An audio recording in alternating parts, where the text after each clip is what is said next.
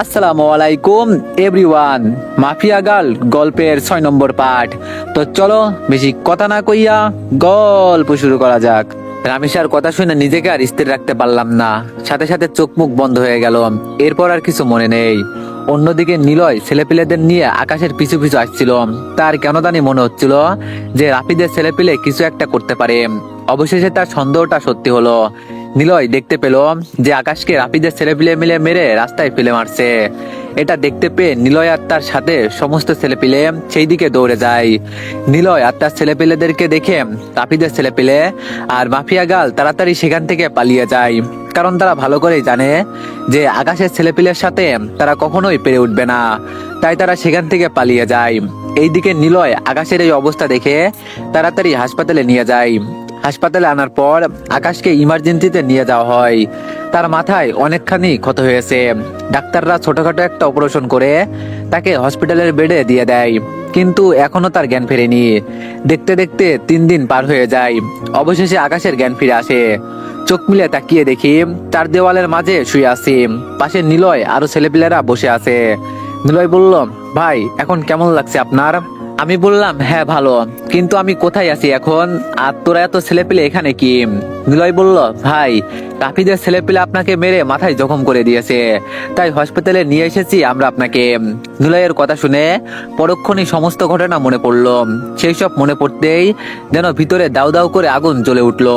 Mafia গাল আমায় কি বলেছিল যে সে আমার সাথে ছলনা করেছে, সে আমার সাথে প্ল্যান মোতাবেক খেলা খেলেছে।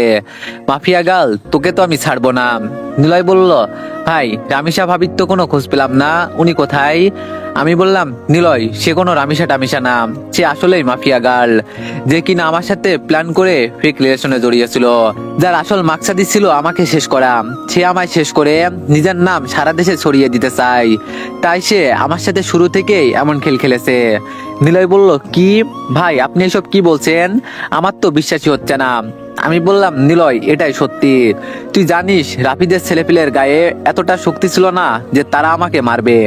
তারা যখন আমার পথ আটকায় তখন রামিসাকে সেভ করে আমি তাদের সাথে লড়াই করতে শুরু করি, কিন্তু পরিশেষে আপন মানুষই পেটে ছুরি ঢুকিয়ে দিল।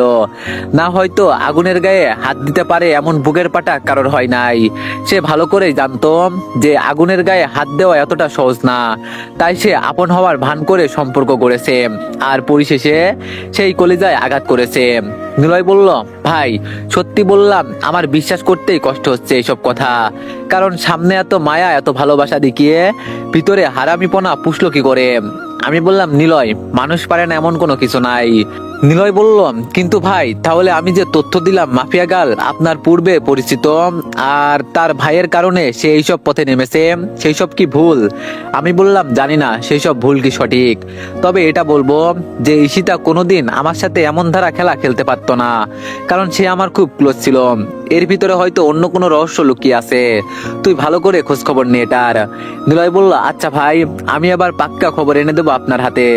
আমি বললাম, ওকে ঠিক আছে, তা না হয় দিস, কিন্তু এখন আমাকে হসপিটাল থেকে ডিসচার্জ করার ব্যবস্থা কর। নিলয় বলল, ভাই প্লিজ আপনি 2-1 দিন হাসপাতালে থাকেন, আপনার অবস্থা বেশি একটা ভালো না। ডাক্তারও বলেছে আপনাকে যেন আমরা 2-1 দিন হাসপাতালে রাখি। আমি বললাম, আচ্ছা ঠিক আছে, আমি হাসপাতালে আছি, আর তুই গিয়ে মাফিয়া গালের খোঁজ লাগা। নিলয় বলল, ওকে ভাই। নিলয় হাসপাতাল থেকে চলে গেল। আমি হাসপাতালে রয়ে গেলাম, কারণ সত্যি মাথায় জখমটা কড়াভাবেই লেগেছে। নিলয় যাওয়ার আগে হাসপাতালে ছেলেপিলে রেখে গেছে, যাতে করে আমার কোনো ধরনের সমস্যা না হয়। এইদিকে শামীম আমার খবর পেয়ে হাসপাতালে ছুটে আসে। শামীম বলল, কিরে এখন কেমন লাগছে তোর? আমি বললাম, হ্যাঁ রে, আগের চেয়ে সুস্থতা অনুভব করছি। শামীম বলল, যাক শুক্রিয়া আল্লাহর কাছে, কিন্তু আকাশ তুই আমাকে তোর আসল পরিচয় বলিস নাই কেন? আমি বললাম, শামীম সব জায়গায় সবকিছু বলতে হয় না, আর তাছাড়া তুই না শুধু, ভালো ভালো মানুষরাও আমার পরিচয় জানে না। শামীম বলল, তাই বলে আমাকেও বলবি না? আমি বললাম সরি রে, আসলে নিজেকে হায়না পরিচয় দিতে ভালো লাগে না, তাই বলিনি। শামীম বলল হয়েছে থাক, কিন্তু রামিসা তোর সাথে এমনটা করলো কেন? আর রামিসাই নাকি মাফিয়া গার্ল? আমি বললাম সে আমায় মেরে নিজের নাম ছড়াতে চেয়েছে মানুষের কাছে, তাই সে আমার সাথে ভালোবাসার নাটক করে বুকে ছুরি মেরেছে। আর সেই মাফিয়া গার্ল, কিন্তু সে রামিসা না, সে আমার সাথে ফেক আইডেন্টি নিয়ে চলাফেরা করতো। শামীম বলল বাপ রে বাপ, কি খাতারনাক মেয়ে রে বাবা। কিন্তু আমি একটা কথা বড়াই করে বলতে পারি, আগুনের সাথে পাঙ্গা নিয়ে সে নিজের কাল ডেকে এনেছে। সে হয়তো ভুলে গেছে আগুনকে, আর সে কত বড় মাফিয়া ছিল। আমি বললাম সে শুধু কাল না, সে নিজের জীবনের সবচাইতে বড় ভুলটা করে ফেলেছে। তাকে যদি একবার হাতের কাছে পাই, তাহলে সেই দিনই তার সেই দিন হবে। সে আমার ভালোবাসা দেখেছে, কিন্তু হিংস্রতা এখনো দেখেনি, সেটাও এবার দেখতে পারবে সে। শামীম বলল আচ্ছা শোন, আমি এখন বাসায় যাচ্ছি, রাত্রেবেলা এখানে এসে থাকবো আমি। আমি বললাম না, তোর আর কষ্ট করে আসতে হবে না, আমার ছেলেপেলেরা আছে। শামীম বলল আকাশ, তুই কি আমায় বন্ধুত্বের দায়িত্ব থেকে হাঁটাতে চাইছিস? আমি বললাম আরে না রে পাগল, সেটা না। এত ছেলেপিলে থাকতে তুই রাতে কষ্ট করে হাসপাতালে থাকবি কেন? শামীম বলল আমি থাকবো তো থাকবোই, তো রাতে আমি আসছি হাসপাতালে। আমি বললাম আচ্ছা ঠিক আছে। তারপর শামীম চলে গেল। এইদিকে আমি শুয়ে বসে সময় কাটাচ্ছি। তৎক্ষণাৎ মনে পড়লো মাকে বলেছিলাম যে গত সপ্তাহে বাড়িতে যাব আমি। ধ্যাত কি করে বসলাম আমি, এই অবস্থায় বাড়ি গেলে মা আরো পাগলামো করবে। কিন্তু কি করব, কথা যে দিয়ে ফেলেছি, না আমি কাল বাড়ি যাব। এভাবে সারাদিন কেটে গেল। রাতের বেলায় শামীম এসে হাসপাতালে থাকলো। পরের দিন সকালবেলায় ডক্টর এসে চেক আপ করে বলে গেল আরো একদিন হাসপাতালে থাকতে হবে। কিন্তু আমি তো আর থাকবো না, হাসপাতালে আমার দম আটকে আসছে। ডক্টর থেকে বলে কয়ে রিলিজ করিয়ে নিয়ে বাড়ির উদ্দেশ্যে রওনা দিলাম। ছেলেপেলেরা বাড়ি পর্যন্ত পৌঁছে দিয়ে গেল আমার। আর শামীম সে তার বাড়িতে চলে গিয়েছে। বাড়ি পৌঁছাতেই আম্মু এসে আমাকে ঝাপটে জড়িয়ে ধরে কান্না শুরু করে দিল। আম্মু বলল বাবা তুই এসেছিস, আজ কতদিন পর তোকে দেখছি, কিন্তু তোর মাথায় ব্যান্ডেজ কেন, কি হয়েছে তোর? আমি বললাম মা একটু চোট পেয়েছি। মা বলল কি করে চোট পেলি তুই, হ্যাঁ আবার কোনো মারামারি করেছিস না তো? আমি বললাম না আম্মু, গাড়ির সাথে ধাক্কা খেয়ে এমনটা হয়েছে। মা বলল সাবধানে চলাফেরা করতে পারিস না তুই, হ্যাঁ এখনো কি তোকে বলে কেউ সতর্ক করতে হবে? আমি বললাম মা আচমকা গাড়ি এসে ধাক্কা দিয়েছে, তো এতে আমি কি করব বলো? মা বলল শয়তান ড্রাইভার, আমার ছেলেকেই চোখে পড়েছে তার ধাক্কা মারার জন্য, একবার খালি হাতের সামনে পাই ঠাসিয়ে লাগিয়ে দিব কয়েকটা। আমি বললাম মা প্লিজ তুমি শান্ত হও, আজ কতদিন পর তোমার কাছে পেয়েছি, এখনো যদি এমন রাগারাগি করো তাহলে কেমন দেখাই? মা বলল তো খচ্চর বেটা আমার ছেলেকে মারলো কেন, ওর কি চোখ নাই? আমি বললাম আরে মা ভুল করে মেরে দিয়েছে, প্লিজ তুমি শান্ত হও। মা বলল যা শান্ত হলাম, এবার গিয়ে ফ্রেশ হয়ে আয়, তোর বাবাও অফিস থেকে ফিরবে হয়তো, তারপর একসাথে সবাই মিলে খেয়ে নিব। আমি বললাম আচ্ছা, কিন্তু তাহিয়া কোথায়? তাহিয়া আমার ছোট বোনের নাম। মা বলল উপরের রুমে আছে হয়তো। আমি বললাম আচ্ছা। তারপর ফ্রেশ হয়ে উপরে চলে গেলাম। উপরে গিয়ে দেখি তাহিয়া ফোনে কি যেন করছিল। সে আমায় দেখতে পেয়ে দৌড়ে এসে আমাকে জড়িয়ে ধরলো। এই কুত্তা হারামি, তোর এতদিন পর বাড়ি ফেরার সময় হয়েছে তাই না? একদম ভুলেই গেছিস তুই আমাকে, আগের মতো আর ভালোবাসিস না তুই। আমি বললাম আরে পাগল, পড়ালেখা নিয়ে খুব চাপে থাকি রে, তাই তেমন একটা খোঁজখবর নেওয়া হয় না কারোর। তাহিয়া বলল পড়ালেখা তো তুই একাই করিস, আর আমরা তো ঘোড়ার ঘাস কাটি। আমি বললাম আরে স্কুলের পড়া আর কলেজের পড়া কত ডিস্টেন্স তুই জানিস, হ্যাঁ কত মেহনত করতে হয় আমাদের পড়ালেখা নিয়ে। তাহিয়া বলল হয়েছে থাক, আর লেকচার দিস না। সো কতদিন থাকবি তাই বল? আমি বললাম আছি কিছুদিন। ভাইয়া বলল হ্যাঁ তাহলে বেশ মজা হবে, কিন্তু ভাইয়া তোর মাথায় কি হয়েছে রে? আমি বললাম গাড়ির সাথে ধাক্কা খেয়ে মাথায় একটু চোট পেয়েছি। তাহিয়া বলল এত বড় দামড়া পাঠা, সে এখনো দেখে শুনে চলতে জানে না, ছি কি শরম। আমি বললাম একদম মাল লাগাবো তাহিয়া তোকে। তাহিয়া বলল সত্যি বললেই সবাই খালি মারতে চাই।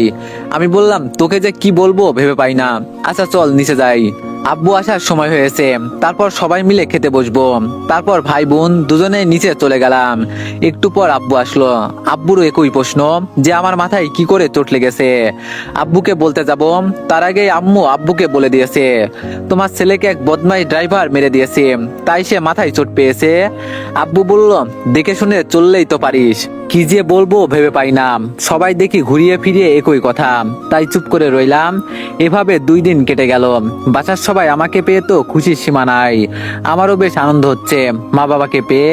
3 দিনের মাথায় হঠাৎ আমাকে নিলয় ফোন দিল। হ্যাঁ নিলয় বল। নিলয় বলল, ভাই অনেক বিচ্ছিরি একটা জিনিস হাতে লেগেছে। আমি বললাম, কি তথ্য পেয়েছিস বল। নিলয় বলল, ভাই বলার আগে আপনার কাছে হাত জোর করে ক্ষমা চাচ্ছি, প্লিজ ভাই আপনি আমাকে মাফ করে দিবেন। আমি বললাম, আরে বলবি তো কি হয়েছে।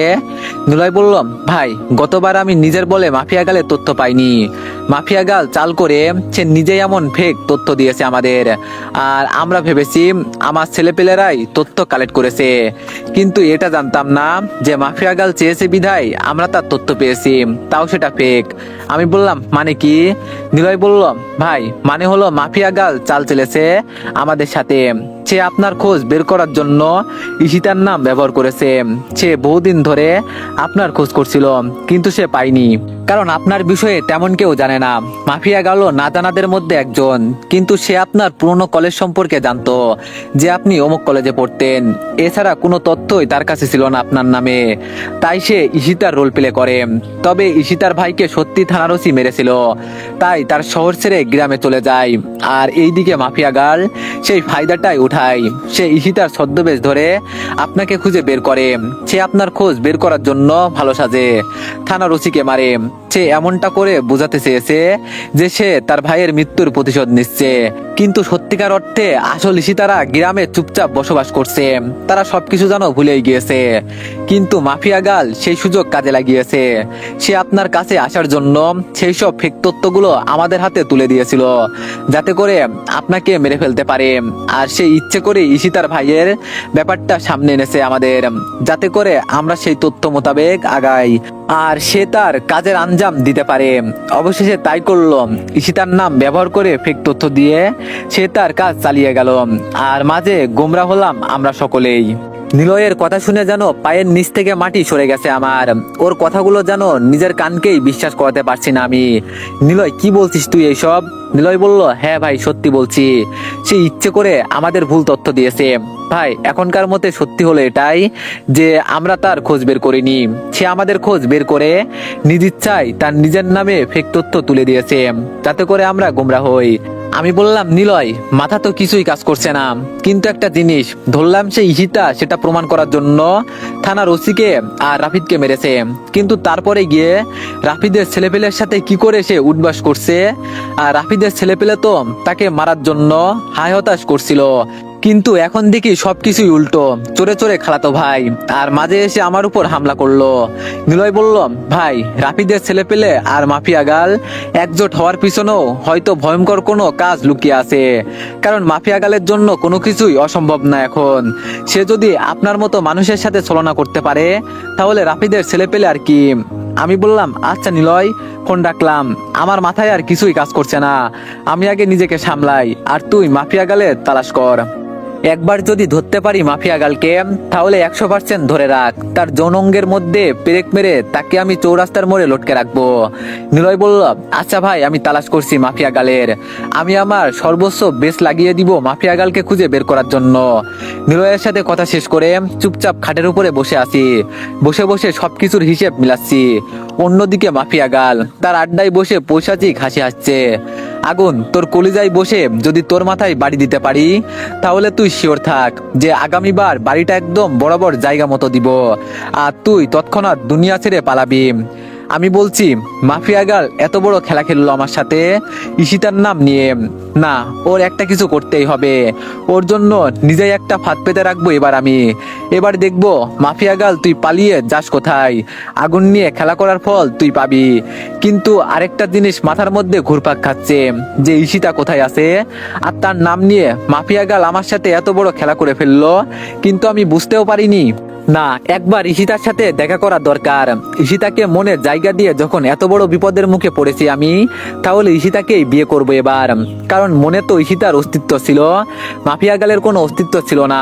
তো তাকে নিয়ে ভবিষ্যৎ প্ল্যান করব আমি, এইসব নিয়ে ভাবছিলাম। তখনই ফোনটা বেজে উঠলো।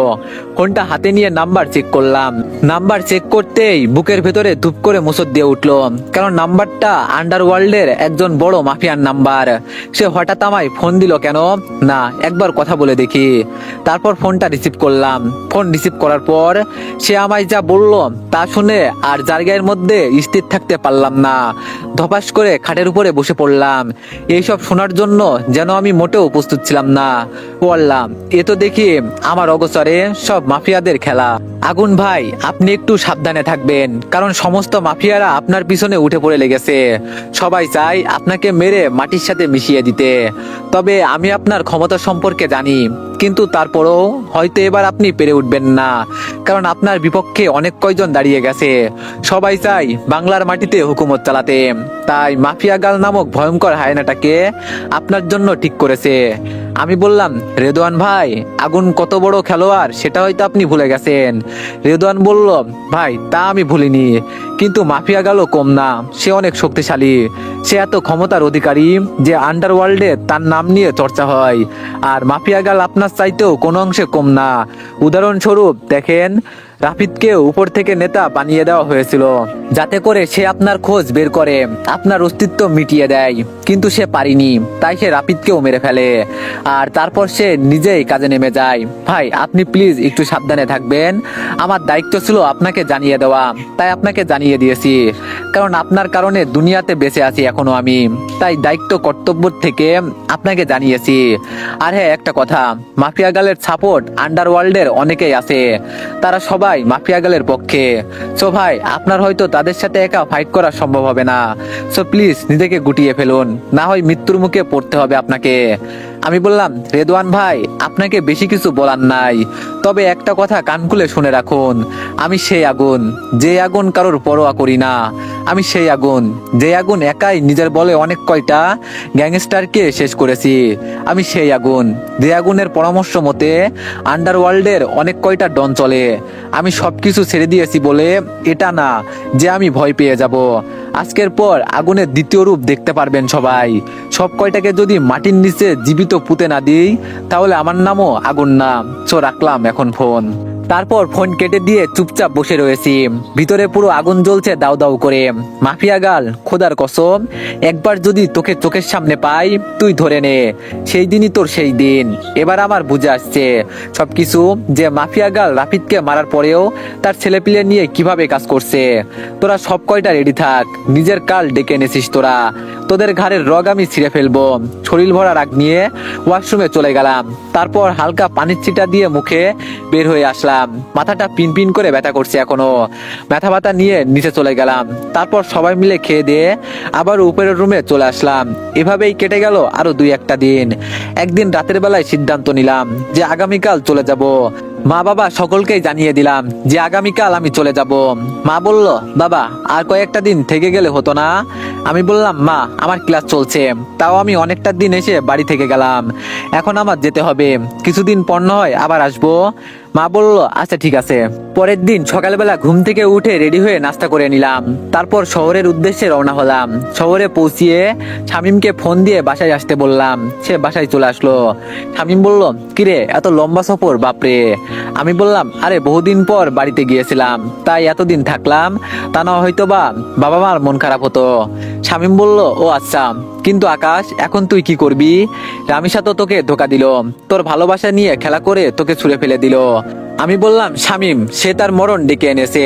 এতদিন তাকে শুধু ভালোবেসেছি, কিন্তু এবার সে আমার ঘৃণা দেখবে। রামিসাকে এমন বিভৎস ভাবে মারবো যে তুই দেখলেও তোর বুক কেঁপে উঠবে। শামীম বলল, আচ্ছা তা না হয় মারবি, কিন্তু আমি বলছি যে তুই নিজেকে নিয়ে সিরিয়াস হ। আমি বললাম, মানে বুঝলাম না। শামীম বলল, আমি বলছি কি, তুই একটা বিয়ে করে ফেল। রামিসা তো তোকে ধোকা দিল, তো তুই চাইলেই আমার ছোট বোনকে বিয়ে করতে পারিস। আমি বললাম, আরে শামীম, আমি এখনো ওইসব কিছু নিয়ে ভাবিনি, আর ভবিষ্যতে ভাবলেও ঈশিতাকে নিয়ে ভাববো, কারণ রামিসাকে আমি ঈশিতা ভেবেই ভালোবেসেছি। সো ঈশিতাকে আমি বিয়ে করলে। শামীম বলল, আচ্ছা ঠিক আছে, তুই যাকেই বিয়ে করিস কর, কিন্তু জলদি কর, কারণ মানুষ ধোকা খাওয়ার পর ডিপ্রেশনে চলে যায়। আমি বললাম, আরে পাগল তুই, আমাকে নিয়ে ওইসব চিন্তা করিস না, কারণ আমি ডিপ্রেশনে যাওয়ার মতো ছেলে না, তো কোনো চাপ নেই। আর যে আমার ধোকা দিয়েছে তার 12টা তো আমি বাজাবই। শামীম বলল, আচ্ছা তাহলে ঠিক আছে। আমি বললাম, হ্যাঁ আচ্ছা শোন, তোকে আমি যে জন্য ফোন করে আসতে বললাম তার কারণ হলো তোকে আমার সাথে একটা জায়গায় যেতে হবে। শামীম বলল, কোথায় যাব? আমি বললাম, ঈশিতার বাড়িতে, সেখানে গিয়ে ঈশিতার মায়ের সাথে কথা বলবো। শামীম বলল, আচ্ছা ঠিক আছে। আমি বললাম, তাহলে বিকালে রেডি হয়ে থাকিস, আমি নিলয়ের থেকে ঈশিতার বাড়ির ঠিকানা নিয়ে নিব, পরে সন্ধ্যায় দুইজন মিলে রওনা হব। শামীম বলল, ওকে। তারপর শামীম চলে গেল, আর আমি নিলয়ের থেকে ফোন করে ঈশিতার ঠিকানা নিয়ে নিলাম। পরে বিকাল বেলায় আমি আর শামীম ঈশিতার বাড়ির উদ্দেশ্যে রওনা হলাম। কেমন যেন নার্ভাস লাগছে নিজের কাছে। ঈশিতা যদি আমায় মেনে না নেয়, বা তার মা যদি মেনে না নেয়, তাছাড়া যদি ঈশিতার বিয়ে হয়ে যায়, এইসব কারণে খুব নার্ভাস লাগছিল। কিন্তু আমার তো যেতে হবে ঈশিতার কাছে। তো আগে গিয়ে দেখি। অনেকটা পথ সফর করে ঈশিতার গ্রামে গিয়ে পৌঁছালাম। সেখানে পৌঁছে ঈশিতার বাড়ির খোঁজ করতে লাগলাম। একজন আমাকে ঈশিতার বাড়ির ঠিকানা দেখিয়ে দিল। আমরা সেই বরাবর যেতে লাগলাম। জীবনের প্রথম গ্রামে এসেছি আমি। গ্রামের পরিবেশ যেন শহরের থেকে অনেক উন্নত। আশেপাশের পরিবেশ যেন ভিতরে খুব ধারালোভাবে নাড়া দিচ্ছিল। চোখ পাকিয়ে পাকিয়ে চারিদিকে খুঁটে খুঁটে দেখতেছিলাম। হঠাৎই পুকুর পাড়ে কিছু একটার উপরে নজর আটকে যায় আমার। যে একটা মেয়ে চুল ছেড়ে দিয়ে পুকুর পাড়ে বসে আছে, ড্যাব ড্যাব করে তাকিয়ে আছি সেই দিকে। শামীম বলল, এ আকাশ, কোথায় হারিয়ে গেলি তুই? শামীমের ডাকে হুঁশ ফিরে আসলো। বন্ধু দেখ মেয়েটাকে, মেয়েটার চুলগুলো কত লম্বা, আর তাছাড়া পিছন দিক থেকেই তাকে দেখতে হুড়পড়ি লাগছে। আল্লাহ না জানে তার চেহারা কত সুন্দর। শামীম বলল, আকাশ তুই কি পাগল হয়ে গেছিস? হ্যাঁ, তুই আইসিস ঈশিতার খোঁজ করতে, কিন্তু মন বসিয়ে দিচ্ছিস অন্য মেয়ের উপর। আমি বললাম, আরে তা না, তবে সত্যি মেয়েটাকে দেখে ভিতরে কেমন যেন তুফান বইছে। শামীম বলল, বেয়াদব পোলা, চল তুই আগে ঈশিতার বাড়ির খোঁজ করি। আমি বললাম, আচ্ছা চল। মেয়েটাকে দেখা বাদ দিয়ে ঈশিতার বাড়িতে চলে গেলাম। ঈশিতার মা আমাকে দেখে পুরো অবাক, আর তিনি আমাকে আগ থেকেই চেনেন। ঈশিতার মা বলল, আকাশ তুমি এখানে হঠাৎ? আমি বললাম, আন্টি ঈশিতার খোঁজ নিতে এসেছি। ঈশিতার মা বলল, তা ঠিক আছে, কিন্তু তুমি আমার বাড়ির খোঁজ পেলে কি করে? আমি বললাম, আন্টি সে অনেক কাহিনী করে বের করতে হয়েছে আমাকে, তারপর আপনাদের ঠিকানা খুঁজে পেয়েছি। ঈশিতার মা বলল, আচ্ছা বাবা ভিতরে আসো। আর রাবেয়া খালা, ঈশিতাকে একটু ডেকে নিয়ে আসেন তো, বলেন যে তার সাথে কেউ একজন দেখা করতে এসেছে। তিনি বললেন, আচ্ছা ঠিক আছে, ডেকে নিয়ে আসছি। রাবেয়া খালা না কে যেন ঈশিতাকে ডাকতে চলে গেল, আর আমি আর শামীম রুমের মধ্যে বসে আছি। হঠাৎই দেখি পুকুর পাড়ে সেই চুল লম্বা মেয়েটি ঘরে প্রবেশ করলো। তাকে দেখে তো পুরো অবাক আমি। আল্লাহ, এ তো ঈশিতা। ঈশিতাও আমাকে দেখে বেয়াক্কালের মতো তাকিয়ে আছে। ঈশিতা বলল, আকাশ তুমি এখানে? আমি বললাম, তোমার খোঁজ নিতে এলাম। ঈশিতা বলল, আমার খোঁজ পেলে কি করে? আমি বললাম, পেয়ে গেছি কোনোভাবে। ঈশিতা বলল, আচ্ছা বসো, আমি হাত মুখ ধুয়ে আসছি। আমি বললাম, ওকে। তারপর ঈশিতা হাত মুখ ধুতে চলে গেল, আর আমি বসে বসে ভাবছি যে মাফিয়া গাল এই নিরীহ মেয়েটাকে নিয়ে কি জঘন্য খেলাটাই না খেললো, যার ধারে কাছে ঈশিতা নাই। কত কি না আমাকে বানিয়ে বানিয়ে বলেছে যে সে ঈশিতা, সে তার চেহারা পরিবর্তন করেছে তার ভাইয়ের প্রতিশোধ নেওয়ার জন্য। কিন্তু এইদিকে ঈশিতা পুরো শান্তভাবে ঘুরে ফিরে বেড়াচ্ছে, সে ওইসবের ধরাছোঁয়ার বাইরে। মাফিয়া গাল, তোকে আমি ছাড়বো না। কিন্তু একটা জিনিস আমার মাথায় কাজ করছে না, ঈশিতা আগের চেয়ে এত সুন্দর হয়ে গেল কি করে? আগে তো এমন পরিছিল না সে, কিন্তু এখন দেখলেই চোখ ফেরাতে পারি না তার থেকে। কি জাদু আছে এই গ্রামের আবহাওয়ায় আল্লাহ জানে। এইসব নিয়ে ভাবছিলাম, তখন ঈশিতা ফ্রেশ হয়ে আসে। ঈশিতা বলল, তো বলো কেমন আছো? আমি বললাম, এই তো ভালোই, তুমি কেমন আছো? ঈশিতা বলল, আছি আলহামদুলিল্লাহ। আর তোমার পাশে উনি কে? আমি বললাম, আরে পরিচয় করিয়ে দিতে তো ভুলেই গিয়েছি, সে হচ্ছে শামীম, আমার ক্লাসমেট। ঈশিতা বলল, ও। আমি বললাম, আচ্ছা তুমি পড়াশোনা করছো এখন? ঈশিতা বলল, আমার পড়াশোনা ইতি লেগেছে সে বহু আগেই, সবকিছু ছেড়ে এখানে চলে আসি, পরে আর পড়াশোনা হয়নি। আমি বললাম, ও, তো তোমার বিয়ে শাদী হয়েছে? ঈশিতা বলল, না সেই সব হয়নি, তবে গ্রামের অনেকেই প্রস্তাব করেছে মায়ের কাছে, হয়তো মা দেখে শুনে কিছুদিনের মধ্যেই আমায় বিয়ে করিয়ে দিবে। ঈশিতার কথা শুনে বুকটা ধপ করে উঠলো। না, আমার ঈশিতা অন্য কোথাও বিয়ে হতে পারে না। হয়তো আমি অন্য কাউকে ভালোবেসেছি, কিন্তু আমি তো জানতাম সেই ঈশিতা। ঈশিতা বলল, কি হলো, চুপ আছো যে? আমি বললাম, আসলে ঈশিতা, আমি অনেক বড় স্বপ্ন নিয়ে এখানে এসেছি। ঈশিতা বলল, কি স্বপ্ন আকাশ? আমি বললাম, আমি এসেছি তোমায় ঘরের বউ করার জন্য। ঈশিতা আকাশের মুখে এমন ধরনের কথা শুনে পুরো থমথম খেয়ে যায়। তো এভরিওয়ান, নেক্সট পার্টের জন্য সবাই একটু বেশি বেশি লাইক আর একটা করে কমেন্ট করে দিও। ধন্যবাদ।